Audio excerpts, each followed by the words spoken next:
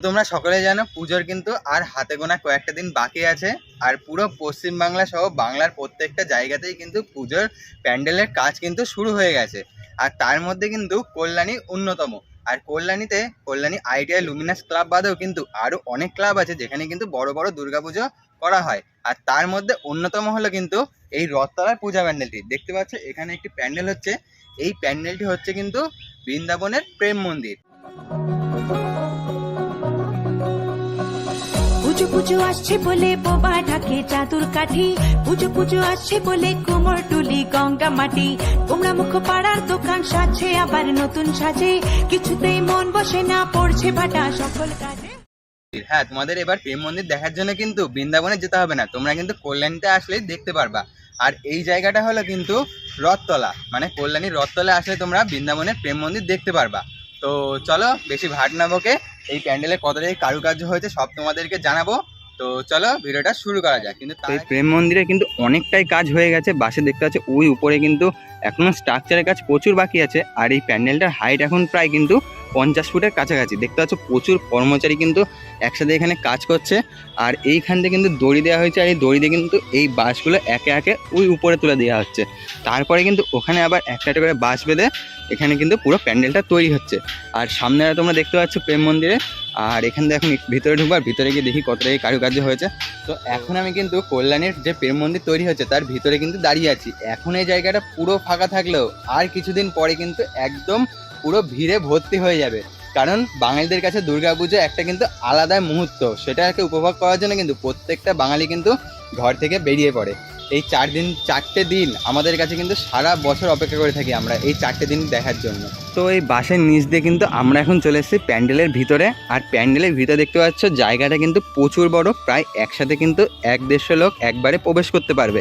আর এই প্যান্ডেলের ভিতরে এই জায়গাটা দেখছো, এই জায়গাতে আমরা থাকবো। আর ঠিক ওই সামনের জায়গাতে কিন্তু একটা স্টেজ তৈরি হবে, আর সেই স্টেজের উপরে থাকবে কিন্তু মাতৃ প্রতিমা। আর এই প্যান্ডেল দেখতে পাচ্ছ অলরেডি কিন্তু বাঁশের কাজ প্রায় শেষ হয়ে গেছে। আর এখানে কিন্তু দেখতে পাচ্ছ স্ট্রাকচারের যে কাজগুলো থাকে সেগুলো অলরেডি শুরু হয়ে গেছে। আর এই উপরের দিকের সাইডে কিন্তু এখানে অলরেডি কিছুটা অংশ কিন্তু লাগিয়েও ফেলেছে। আর এই যে জায়গাটি দেখতে পাচ্ছ, এই জায়গাতে কিন্তু যে খুঁটি পুজো হয়েছিল, মানে প্যান্ডেলের যে মেন খুঁটি, সেটা কিন্তু রাখা আছে। আর এই খুঁটিকে কেন্দ্র করে কিন্তু এই পুরো প্যান্ডেলটাকে তৈরি করা হয়েছে।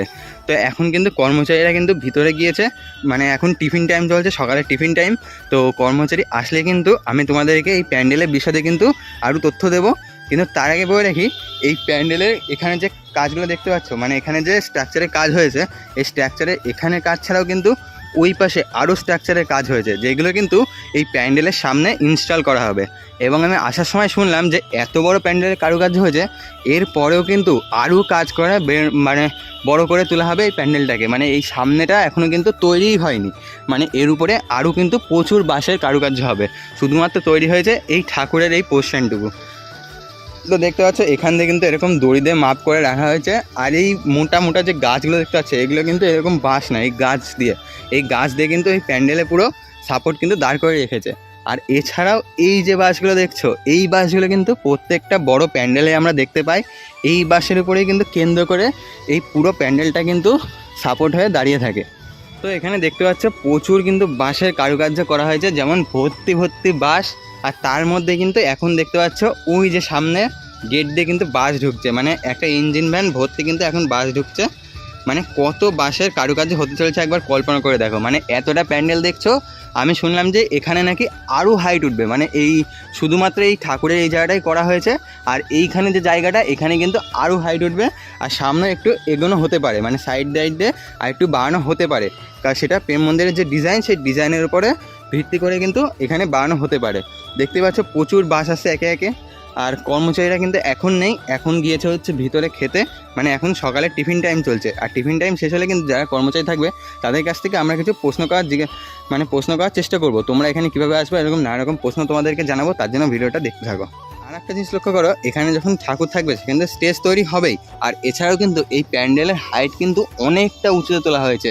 যত সম্ভব এখানে কিন্তু ঝাড়বাতি বসানো হবে, আর বেশ কিন্তু বড় সাইজে ঝাড়বাতি বসানো হবে, কারণ এই এরিয়াটা কিন্তু অনেকটা এরিয়া নিয়ে এই জায়গাটায় গ্যাপ কিন্তু রাখা হয়েছে। আর এখানে দেখতে পাচ্ছ প্যান্ডেলের ভিতরে কিন্তু অনেকটা বড় জায়গা আছে, প্রায় 100-150 লোক কিন্তু একবার এখানে প্রবেশ করতে পারবে। আর এই জায়গাতে তোমরা কিন্তু এন্ট্রি করবা। আর এক্সিট গেটটা আমি ঠিক এখনো দেখছি না, তাই এক্সিট গেট কোন দিক হবে? দাঁড়াও তোমাদের কাদের কাছ থেকে শুনে নি। বলছি বেরোনোর গেট কোন দিক হবে? মানে দুটো থাকবে? আচ্ছা, তো এখানে দেখতে পাচ্ছ এখান দিয়ে একটা এক্সিট গেট থাকবে আর এখান দিয়ে আরেকটা এক্সিট গেট থাকবে। আর এই জায়গায় থাকবে মাতৃ প্রতিমা, তোমরা এখান দিয়ে এসে দর্শন করবা, করে এখান দিয়ে কিন্তু বেরিয়ে যেতে পারবা। আর এখানে দেখতে পাচ্ছ প্রচুর স্ট্রাকচার আছে, এইগুলো কিন্তু পরে এই সামনে বা পেছনে প্যান্ডেলের কাজে কিন্তু ইনস্টল করা হবে। তো তোমাদের একটু আগে ভিতরের কাজ তো দেখালাম, এবার চলে এসেছি বাইরে একটা পুরো সাইডে। আর সাইডে দেখতে পাচ্ছ এখানে কিন্তু এখনও বাঁশের প্রচুর কাজ বাকি আছে, মানে ভিতরের ঠাকুর রাখার জায়গাটাই কিন্তু প্রায় কমপ্লিট হয়েছে। আর সামনের এখনও কিন্তু প্রচুর কাজ আছে, মানে দেখতে পাচ্ছ এখানে কিন্তু এখনও বাঁশের শুধু খুঁটি পোতা আছে, তাও ছোট ছোট খুঁটি। এখান দিয়ে এখন উঠবে, তারপরে ওই জায়গাতে আমরা একটা জিনিস দেখলাম, ওই জায়গাতে কিন্তু আবার হচ্ছে প্লাস্টিক ফাইবারের কাজ হচ্ছে, মানে এখানে যে কলমগুলো হবে সেইগুলো কিন্তু প্লাস্টিক ফাইবার দিয়ে তৈরি করা হবে। আর প্লাস্টিক ফাইবারের উপর রং করে কিন্তু এখানকার পুরো প্যান্ডেলটা তৈরি করা হবে। তো কল্যাণী রথতলা দুর্গাপূজা প্যান্ডেলে কতটা কি আপডেট হয়েছে সেটা তোমাদেরকে জানালাম। তো ভিডিওটা ভালো লাগলে অবশ্যই চ্যানেলটা সাবস্ক্রাইব করে দিও। দেখা হচ্ছে পরের ভিডিওতে। পুজো পুজো আসছে বলে বোবা ঢাকে চাদুর কাঠি, পুজো পুজো আসছে বলে কুমোর টুলি গঙ্গা মাটি, তোমরা মুখ পাড়ার দোকান সাজছে আবার নতুন সাজে।